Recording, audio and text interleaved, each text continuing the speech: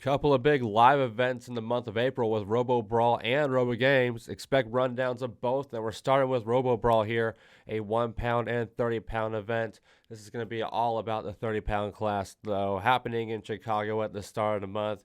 Very exciting event. Numerous recognizable robots here from teams such as YO Robotics, Team RoboGym, numerous college teams from Chicago and the East Coast. Very exciting event, some big upsets, some big names, robots you should definitely watch out for. We're covering a lot of live events here at TCC this year. We had Motorama, we had NHRL. Now it's time for some RoboBall. Stay tuned. Let's talk about it. Oh my God! Wow! This is the biggest flame we've ever seen. Has preserved enough energy to get in the flip on Carbine. We're gonna go all the way.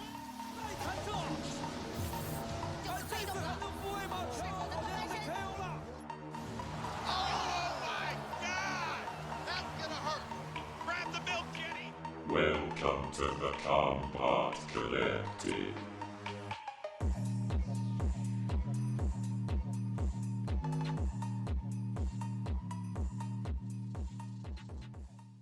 Hello, everybody, and welcome to the Combot Collective. Bring everything you want to know from the world of robot combat, from the heavyweight class to the flyweight class, from Battlebots to the live circuit, where we come at you today talking about an event which technically happened at the end of March, finished around the start of April 31st to the 1st here. Happened in Chicago on the UIUC campus. It is RoboBrawl, our second 30-pound live event that we're discussing this year. Technically our third if you want to count NHRL. We did run down that event in live streams you can find on the channel's live tab.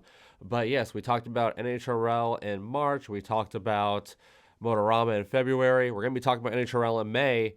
But today, the big 30-pound event happening in April. It's all about RoboBrawl here in Chicago. It was an exciting event. A lot of very conceptual robots, some brand new machines, some underdogs, some veteran names finally getting their shine with our champion of the class. We also had a 3D printed 1 pound class called Design, Print, Destroy, I believe is what the name was. A lot of brand new robots there, fun designs. We'll run over the top 3 of that very briskly, give you some thoughts on the event itself. It was a decent event. Love the outdoor effect. Has students coming in and out, but we'll talk about that here in a second. I am your host, as always, of course, Sterling Brown. You can find me on Instagram at SterlingTXTG. But let's go ahead and jump into this. The Combot Collective is, as always, sponsored by our friends at RobotsRuinMyLife.com. They are the merchandise provider for numerous robot combat teams on the East Coast. Machines that you've seen recently on Battlebots, such as Ripperoni, Starchild, and Shredder Bro, and robots that you see compete at Motorama and NHRL, such as the original Starchild and Shredder Bro. Wake and Bake, of course, who we did a giveaway for the shirt recently of. And numerous other robots, Marathon coming from Omega Team. All those Omega Team robots, all those Team Shredder robots. They have fantastic merchandise for teams. They have fantastic merchandise with their own logo as well. Shirts, tote bags, buttons, pins. They have the Ripperoni pizza boxes. Of course, I'm always a fan of those. You got to check it out. The link will be in the description below. RobotsRuinMyLife.com, sponsor of the Combot Collective. Shout outs to them. But yes, here we go. We're going to talk about it. It's RoboBrawl time. Like I mentioned, this event happened on March 31st to April 1st on the UIUC campus. It was engineering open house, and it was really nice to see. I noticed that during a lot of this event, we were seeing, random students, young and old, teachers, people going on walks, coming in and out, checking out the event. Some sticking around for quite a bit of it. Some, popping in for the fight, seeing what it's all about. Some people might not even know robot combat's happening. So, that's always really fun to see. Thoughts on the arena and robots itself, though, before we get to the 1-pounders here. The arena was nice. It's classic. I like the big out of the arena zones. We really didn't get to see that too much this year in other arenas. Sadly, they didn't get too much use outside of what Lockout did. We had the logo in the middle of the 30-pound arena. It was way off center. That kind of drove me crazy. I think one of my favorite fights, though, we can't talk about it in the main field since it wasn't a main field fight. It was an exhibition. But there was an exhibition during the second day that had a Boston Dynamics-style Dogbot fight some weird toy thing. They said it was an RC car, but certainly looked like at least a 12-pound robot. I mean, they should know, I guess. They did buy it, perhaps. But It was very interesting to see. I got it playing right here, but I definitely implore you to watch it in full. It's just weird to see how a Boston Dynamics dog does. I know it's not actually the Boston Dynamics dog, but just for a layman's perspective of what it is, it's a lot smaller, but the motions are the same.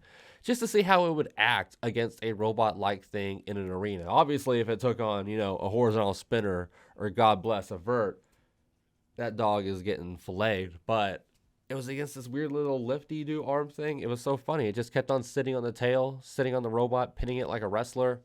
Very interesting, very funny. I just wanted to make note of that because I thought it was an odd exhibition. I had to bring it up to the guys in a couple of my Discord chats. But let's go ahead and get to some actual robot fighting with non-robot dogs here. Of course, this is all about the 30-pound class, but we got to talk about this design, print, destroy class.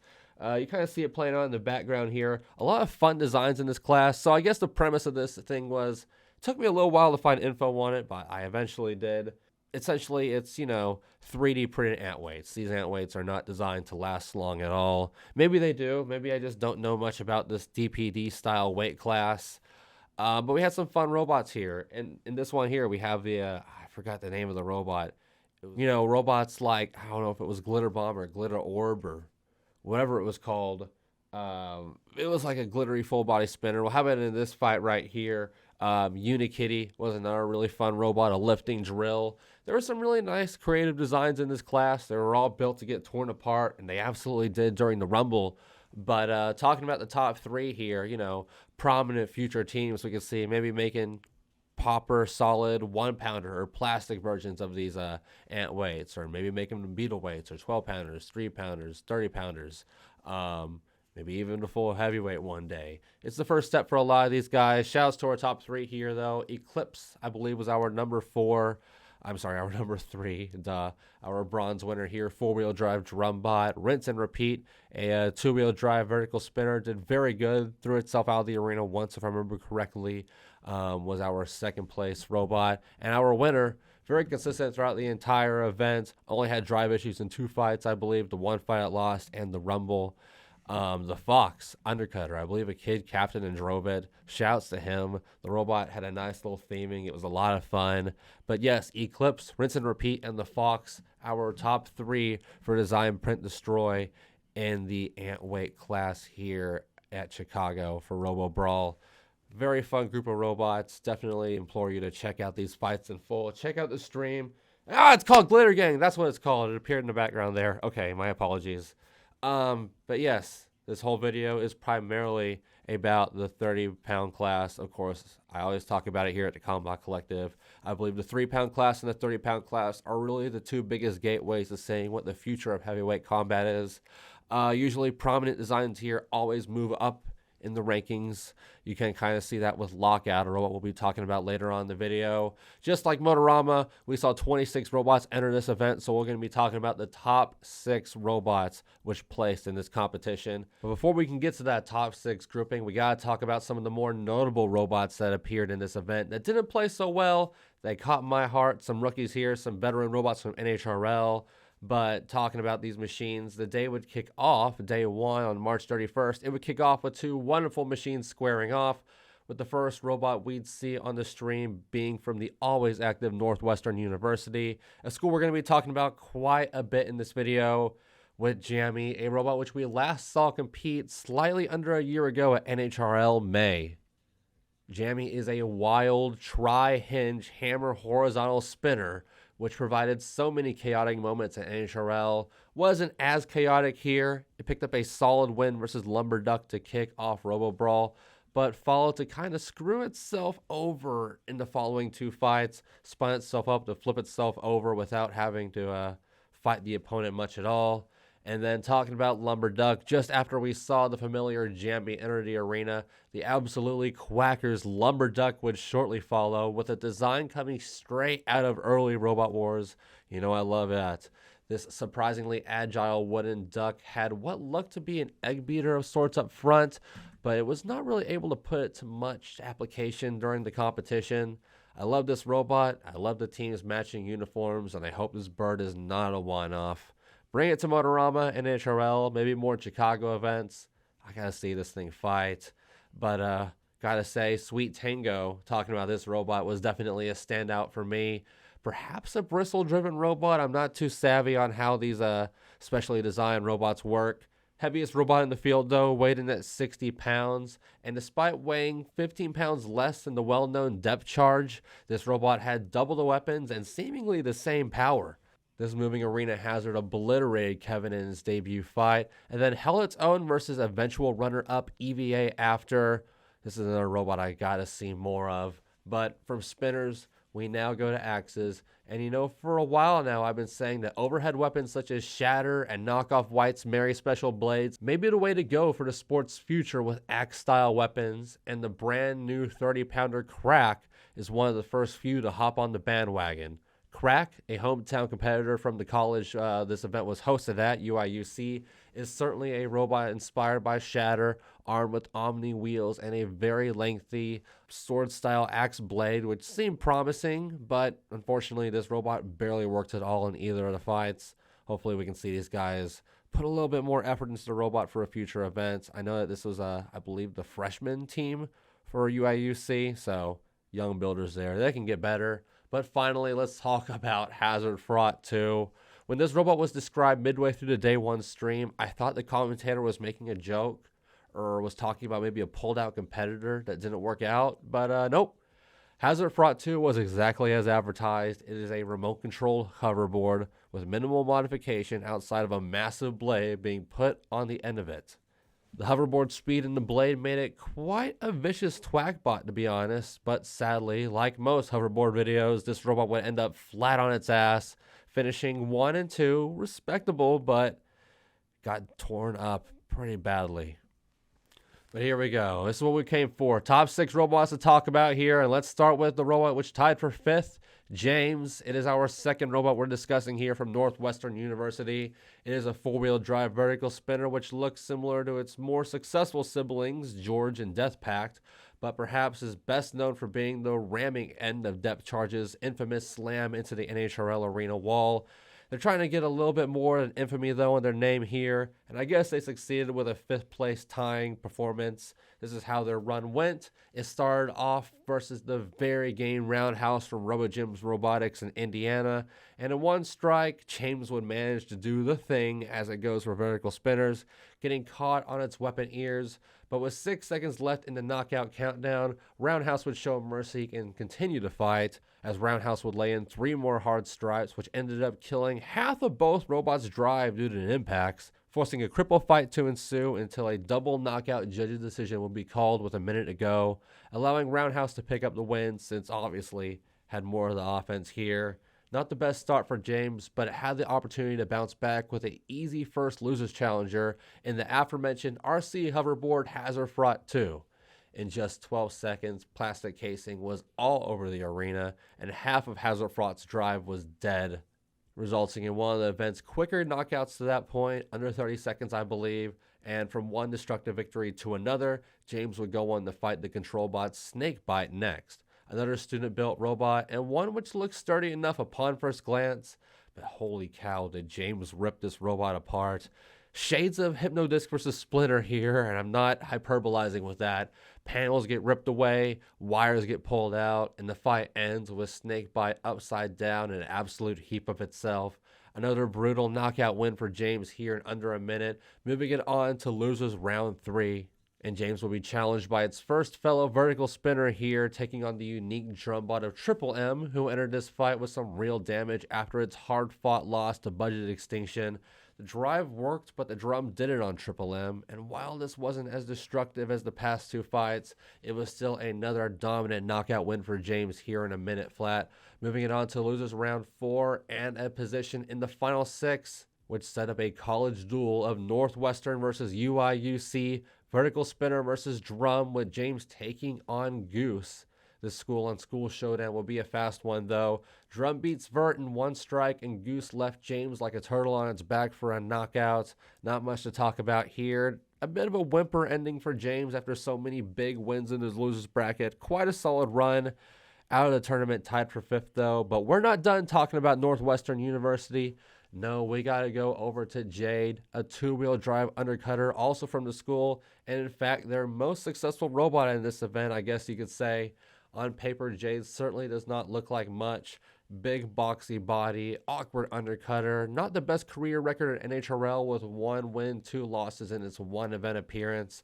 But it looks like fortune would eventually find all robots here, and it found Jade in this event. Shining like a Jade, made it all the way to the final 6. Let's talk about it. In round 1, Jade met another NHRL one event wonder in the Bite Force clone from Boston, Featherweight defender. And usually when we cover these top performing robots from an event in detail, we start off with a triumphant win to kick their campaign off. But that has not been the case for James and Jade here. Jade would drive around awkwardly all fight, almost as if its controls were inverted, and it would only manage 1 solid strike to Featherweight defender during the duration of the fight. Featherweight defender had its own control and weapon issues, but managed to stay moving longer than Jade, forcing the undercutter into losers early. Featherweight defender not having to do much to move on here. But Jade's first losers round challenger would be the aforementioned fledgling Chicago Axebot Crack, and the undercutter would be lucky here. Crack's freshman team did state that they were ready, but the robot certainly was not. Crack failed to move out of its square, allowing Jade a free pass in the losers round 2, where they would meet their teammate George. Some intercampus action here, but certainly not much action inside the arena. Jade wouldn't even need to leave their square for this one. George went for a box rush right off the bat, but paid the price, getting rocked by Jade's blade right on contact, flipping it over kind of like how James did in round 1 for a doing the thing style KO. Very unfortunate, sending their own teammate out of the loser's bracket, but Jade pretty much won just by spinning up here. You can't fault them for that. And that moved them into round 3, where they would take on another fledgling vertical spinner in Perry, who came into this fight with only one half of their drive working. Jade took a little while to spin up to full force, but when it did, it would manage a few solid strikes to Perry, who would soon begin smoking and would fall a couple seconds later, allowing Jade another fairly stress-free pass through losers, where it met right back with Featherweight defender, whose drive had only gotten worse to this point. Fenway had no weapon and lost half of its drive after only 1 solid strike, leaving it crippled and soon dead on the wall. Another lucky pass for Jade here, taking it into the final 6. But just like for James, the luck would have to run out for this robot, as it was onto a robot which had already thrown 2 robots out of the arena at this point in the event. We'll talk about that here in a second. Lockout. Now Jade's weapon managed some solid strikes during this event, but that powerful undercutter would be nothing versus the tried and proven lifting plow of Lockout. Within 30 seconds, Jade's weapon had busted, and only 30 more seconds later, Knockout would have Jade finessed on its rear with smoke pouring out of the robot pressed up onto the wall. Jade, after a very fortunate run, would go ahead and join James, tied for 5th. Its best performance to date, nothing to scoff at, but hopefully we can see this robot have a bit more of a proven, a bit more of an impressive performance later on in its career. Maybe at NHRL, maybe in, a Northwestern event if they do those. We'll see how it goes. But let's go ahead and get to a recognizable name here in Lockout. Lockout is a robot that TCC fans should be familiar with. Our first of 2 Team RoboGym robots to talk about here. Of course, formerly of deadlift fame, now back to making some serious impacts in the featherweight division. At Motorama a couple months ago, we saw Lockout make some serious noise versus the likes of EVA and Beam, but would come up short, unfortunately, placing 3rd, but it would be the best finishing control bot at that event, and now enters with hopes to go a place or 2 higher in the neighbor state of Illinois. Lockout had an easy enough challenge to warm itself up for a long weekend in round 1, facing another robot very familiar to TCC in Shake Shroven. Yes, it turned out I was saying the name very wrong in the Motorama episode. And speaking of Motorama, since Motorama has ditched the chair for a more practical lifting plow, but it still does use that unique tread steer. But unfortunately, this steer and weapon would not really be working for this fight. But oh my god, every now and then we see a robot have just the ultimate showcase for itself to do exactly what it wanted to do. We kind of saw that with Terratops and Slammo. But oh my god, this would be the ultimate strength and suplexing showcase here for RoboGym and Lockout, who performed 2 suplex style moves right off the bat early into the fight, and then later on attempted a literal deadlift, but failed.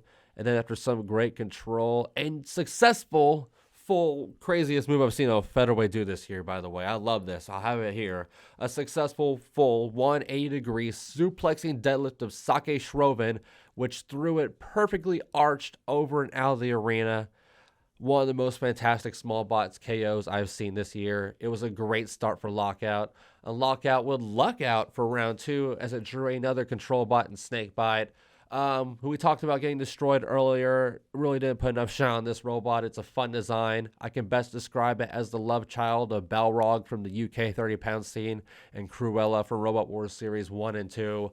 Lockout would treat Snakebite like a robot from that era too, immediately running it right into a wall, finessing it to where it almost out of the arena itself. Before doing the job for Snakebite, Lockout would throw another robot out of the arena here. The only 2 out of the arenas in the entire event back-to-back. Lockout 2-0 entering round 3, but Lockout's control bot streak would end here and now had to face a demon for Motorama's past in EVA. 2 months ago, this would be another pusher for Lockout to topple, but Remy's got the drum on this time. Lockout kicked this fight off, countering the drum for the most part, even almost getting EVA out of the arena on a couple of occasions. But as the fight went on, both robots' weapon would be worn down more and more, leaving both limping out of a full 3-minute bout. An excellent fight, one to definitely check out in full. It was another split judge's decision for Lockout, and another loss for Lockout. And despite now being in the loser's bracket, Lockout had successfully reached the top 6 for a second straight event after that impressive start. Its first loser's challenge, though, will be Jade in a fight which we already discussed. Another easy W for Lockout here, with Jade's weapon breaking quickly, allowing Lockout to finesse another KO. Lockout had to take on Goose next in the event's final 4, and this fight seemed pretty locked up to kick things off. Both robots showed similar aggression and ground game, with Goose throwing sparks and Lockout doing the majority of the shoving and aggression. But around a minute into the fight, we'd once again see Lockout take advantage of a young college robot's flat sides as it lifted Goose onto its side before presumably, I really don't know what happened here, getting high-centered on something? That's what it looked like from the video, but Goose was on its side, Lockout was stuck immobile, and the match ended up being a double KO. And somehow, some way, on another split judge's decision, Goose won? I mean, I really have no clue how 2 of these 3 judges saw how Goose won in any way here in this scenario. I mean, fortunately, like I mentioned, with the results of this event, I don't think RoboGym is too upset. But I mean, with this and Motorama, I feel like we've seen Lockout just get screwed by the judges 3 times in 2 events this year now. Shit's tough for Lockout. It's not easy being green, not easy being a control bot, but RoundHouse did pretty good. We'll talk about them here in a minute. But now let's get on to the winner of that controversial fight, Goose, who ended up taking 3rd place here. Now this robot Goose here, very interesting case. Usually I'm in the know with mostly every team in these events to some capacity, whether I've seen the team fight, the robot fight, or even have just heard the team or robot's name before. But thankfully, the awesome people at the RoboBrawl Discord were able to help me here. This is actually a sophomore project from the hometown college of UIUC.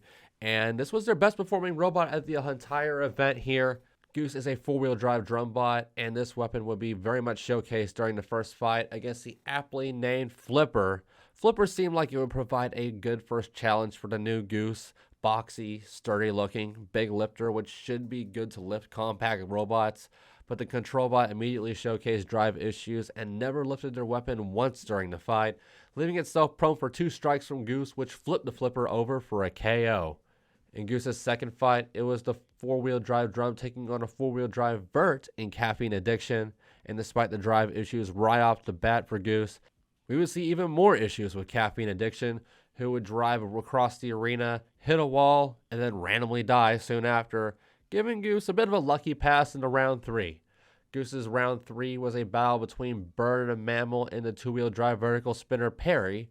Perry, we talked about it earlier, another brand new robot debuting at this event, showed as much spunk and aggression as the victorious Goose. But what Goose had that Perry didn't was a longer standing drive and weapon. Though the weapon did give out in the final 30 seconds, it was enough to do more damage to Perry, as Goose would take a judge's decision win here. Pretty solid for a first-time robot. Fight for Goose would be its first real challenge, though, of this competition, going on versus RoundHouse, one of the Midwest's top 30-pounders.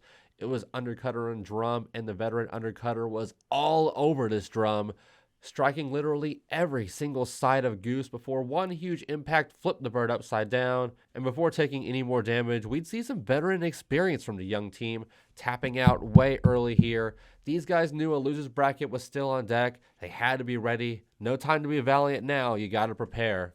And prepare they did. Their first losers round opponent would be against fellow college robot James. Quick KO and only one strike, which would advance Goose into the Final Four. Very impressive performance there. But unfortunately, it seemed like time was going to be up for the rookie, who had to take on Lockout next. Goose provided a decent battle, but like we mentioned, seemed like Lockout dominated this fight for the most part. Flipped over by Lockout before Lockout managed to take itself out. Fight ended up being a split judges decision victory for Goose. Just not a fan of this call. Already talked about it. But nonetheless, Goose was now in the final three. Pulled up the big upset. The people in Chicago were sure happy. And now had to take on a real test, though. How will a drum bot do against a better, more proven drum? It was time for Goose to fight EVA in the losers finals, but the short turnaround repair between this fight and the Lockout fight would be a downfall for Goose. They entered this fight with only half of their drive working, and because of this, EVA pretty much had free reign on the 3 months newer robot, landing a barrage of strikes while Goose just wasn't able to get going at all here. Failed to leave its corner for the fight's entire duration. A knockout loss, and not the most valiant conclusion here for Goose, but certainly a commendable performance here from the Chicago Drumbots. Hopefully we can see this rookie appear in other events. I know I always say that a lot with these brand new robots, but hey, experience is how you get better and how you grow in the sport. We want to see more teams. But let's now talk about that better drum bot, EVA, our second place robot. And you know, whether it be MRCA, NERC, NHRL, or apparently UIUC here at RoboBrawl, Midwest powerhouse YO Robotics always has a strong presence in whatever weight class or event they decide to compete in. They always put together great fights, and they always put together a deep run, and this event would be no different. And just like we saw at 2 other events this year, EVA would be the one carrying the ball to the podium. EVA won its debut event in an NHRL in January, placed third versus some stiffer competition at Motorama, and now pulled up with its third event in 3 months in RoboBrawl, this time bringing back the spinning drum, which was absent at Harrisburg. Its first fight would be a good one, quite the test versus the aforementioned 60-pound double spinner of Sweet Tango. Tango ate a stiff strike right off the gate, and then managed to answer back with some solid strikes to EVA, but Remy de Guzman's driving and building managed to withstand this boss battle of machines. It came back and delivered a handful of strikes to Tango, doing some damage before capping it off with a vicious strike which threw the 60-pound robot, a robot which weighed double what EVA weighed, into the side wall, onto the side for a round 1 knockout. But from 2 horizontal spinners, we now go to 1 in round 2 for EVA, where it faced Budget Extinction, a struggling overhead striker which we first saw at Motorama 2 months ago. Predictably, like a few of Budget Extinction's prior losses, this one was a one-hit knockout, with Budget Extinction going extinct after spinning up to full speed, eating a hard drum strike, which threw it over. Kind of like Hazard in the past at Battlebots, this robot cannot self-right, so after it's thrown over, that's it. Easy knockout here for EVA, and in round 3, it would take on the familiar challenger in Lockout, avenging its tough loss at Motorama in the process by winning a close and controversial split decision showdown, which had both robots nearly dead after 3 minutes. We already talked about that one, but this is a new one here. EVA made it through 3 sets of 10 with Lockout, but this RoboGym workout was not over because RoundHouse was next on deck. It was a strong start for EVA, don't get it twisted. It got the better of the horizontal spinner during the fight's 3 opening strikes, but as you know, sometimes a brutal workout can and will overheat you, and this is exactly what happened here. Very much shades of the recent Hexadecimator versus Manta. EVA, despite looking strong at first, would randomly abruptly stop and then just burst into flames. Sent the 4-wheel drive spinner to the losers in a shock defeat here, one which likely had to have caused a bit of repairing here for YO Robotics. But a short while later, EVA will be back in the box for the losers finals versus the recently mentioned Goose, and this was certainly a return to form. Multiple bullying slams and strikes from EVA would keep the crippled Goose in its corner, where it would be cooked for an easy KO. EVA had moved on to the finals, where redemption from just an hour ago was on the mind for a robot, which we now will talk about here, RoundHouse. RoundHouse, of course, also from RoboGym Robotics, teammate to the recently discussed Lockout. Like we mentioned on Robot Combat Tonight a couple weeks ago, talking about the results of this event, really felt like Lockout and RoundHouse sort of shifted roles in this event compared to what they did at Motorama. Lockout was making all the noise at Motorama, while RoundHouse just sort of underwhelmed. But this time we saw Lockout finishing just okay at 4th, but RoundHouse here had the best finish of its career, a very solid bounce back for a two-wheel drive undercutter. And this big-time run kicked off versus George, sibling of NHRL 2023 finalist Death Pact and a NHRL 2022 finalist to its own credit. George was ballsy, took it right to the face of RoundHouse with each impact. There was not one collision in this fight that wasn't weapon to weapon, but the horizontal spinner just had more purchase, had more reach here, and would prevail, eventually flipping George over, knocking it out in under a minute after an absolute bullfight. And RoundHouse then met the similarly built James in round 2, dominated, almost had a knockout, but for some reason, RoboGym showed early mercy, only to have it bite it in the ass. Some drive issues in this fight's latter half, but despite this, RoundHouse would hold on and take a judge's decision win here, as RoundHouse then moved on to round 3, where it took on its third straight four-wheel drive vertical spinner and Fenway defender. We talked about it earlier. This was no green monster of a challenge. The robot had drive and weapon issues pretty much in all of its fights straight out of the gate, and this allowed RoundHouse to tee off on the 2023 rookie, forcing a tap out in under 30 seconds, as it was then on to Chicago's own eventual third-place drumbot Goose. And here we'd see the Goose get cooked in yet another 30-second tap out. Very impressive from RoundHouse, who showed little to no stress here in these last two fights. But it certainly did in this battle versus EVA. Now, we just discussed this fight. Like the last two, we won't spend too much time discussing it here. EVA looked strong at first until it randomly shit itself and died, setting itself ablaze in the process and advancing RoundHouse straight to the winners finals, where, hey, time to bring up just that. It's finals time to talk about here at RoboBrawl. And it is YO Robotics and Team RoboGym. Perhaps out of the numerous 30-pound teams around the world, there have been no two squads off to a hotter start in the featherweight division than these two Midwest monstrosities right here. YO Robotics, the team always best known for their wicked wedges, now has brought some pop and power to a larger class than ever with the likes of EVA. This robot, like I mentioned, dominated its debut event in NHRL in January. Found some adversity at Motorama, being only a wedge, but still managed a place. Remy de Guzman has now made it 3 straight podiums, but wanting even more for EVA, another championship. But that kind of championship would have to come after 2 straight W's against the robot which already set it ablaze just a couple hours earlier in RoundHouse. RoboGym has been a true force in the 30-pound class over the past 2 to 3 years, maybe even more of a force than it was in the 250-pound division. Lockout is arguably the best control-based featherweight in the world, but today wasn't about Lockout like we saw. Nope. This one's about RoundHouse, the robot which usually played second fiddle to the RoboGym rotation. Not keen to do that anymore, though, after a frustrating Motorama, and that frustration was seen here during vicious knockouts over George, James, and of course EVA, who would now have to face at least one more time if it wanted to take the RoboBrawl Championship. Horizontal spinner and vertical spinner, the classic combination of powerhouse weapons, a tale as old as the sport itself, and a tale which this time will belong to the horizontal spinner.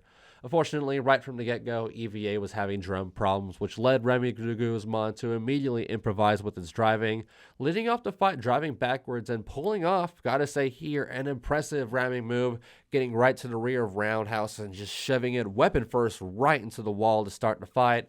This stunned RoundHouse. It was vicious, it was aggressive, but the weapon would survive, RoundHouse would survive, and EVA would actually be the one struggling here, demonstrating some drive issues after the slam. So with no weapon and minimal drive, EVA was left to adopt the classic duck, break your fist with my face strategy versus RoundHouse, but the undercutter, it just would not stop. Even though half of its drive would stop by the end of the fight on RoundHouse's end. By the end of the 2 minutes, it just didn't matter. EVA would finally succumb to the strikes of RoundHouse, breaking down the middle of the arena. After momentarily getting the weapon going one more time, we thought there was some hope there, but alas, EVA counted out, and RoundHouse had managed to put together a perfect 6-0 finish to become UIUC's RoboBrawl champion, delivering many knockouts in the process. Really impressive performance here by RoboGym Robotics. Lockouts look great this year. RoundHouse has looked great this year. You know, shout outs to EVA, of course, another very impressive performance. I'm sure we're going to see EVA at more NHRL events this year. If NERC does another event, we'll probably see it there. Maybe it will appear at ABC as well. There's a lot of 30-pound action happening all around the nation right now. You'll love to see it. Maybe they'll be at Robotica. That's another big event, I believe, that has 30-pounders. Maybe they don't this year. I know they don't have the big arena, so maybe I'm mistaken with that. But EVA, an impressive robot, RoboGym as well. You got to watch out for these teams heading into the future. Maybe not Battlebots in the recent future, or in the immediate future, I should say, but still very solid. Shouts to Northwestern University. As always, they brought a ton of robots. Jamming was a blast. George and James had some solid strikes. Jade looked solid. Of course, UIUC. Saw some first-time robots here. Crack is fun. Hopefully they can get it working in the future. Goose, though, what an impressive performance for a first-time ever robot. That was amazing. There we go. That's going to wrap it up here. Our top three, going them over one more time. Of course, Goose, the hometown hero, placing third. EVA taking second and first place. Our winner of RoboBrawl from RoboGym, RoundHouse, delivering the kick. That's going to do it for us at the Combot Collective. We don't want this video to get too long. I'm your host, as always, Sterling Brown, a.k.a. SterlingTXTG on Instagram. If you enjoyed this live event rundown, you can find more stuff on Instagram and on our Facebook in the description below. Those links will be available. We also have a Discord server, which will have some of these teams present, some teams from NHRL present, some teams from the UK present, and fans all around the world talking about the sport in there. We also have all of our video posts go there first, so check out our Discord server, join that. But of course, YouTube, that's where you are right now. Subscribe, like the video, leave a comment, give us your thoughts on the video, constructive criticism, give us your thoughts on RoboBrawl. It was a fun event. Love the outdoor effect of everything going on there. Shouts to all of our winners. But there we go. That's all we got to talk about here at the Combot Collective. Links for RoboBrawl, links for Robots That Ruin My Life, they will be in the description below. But until next time, we'll see you. Our next rundown will probably be RoboGames for lightweight, middleweight, and heavyweight. That'll be fun. Watch out for that. But see you then. This was the Combot Collective. Find us on Instagram and Discord.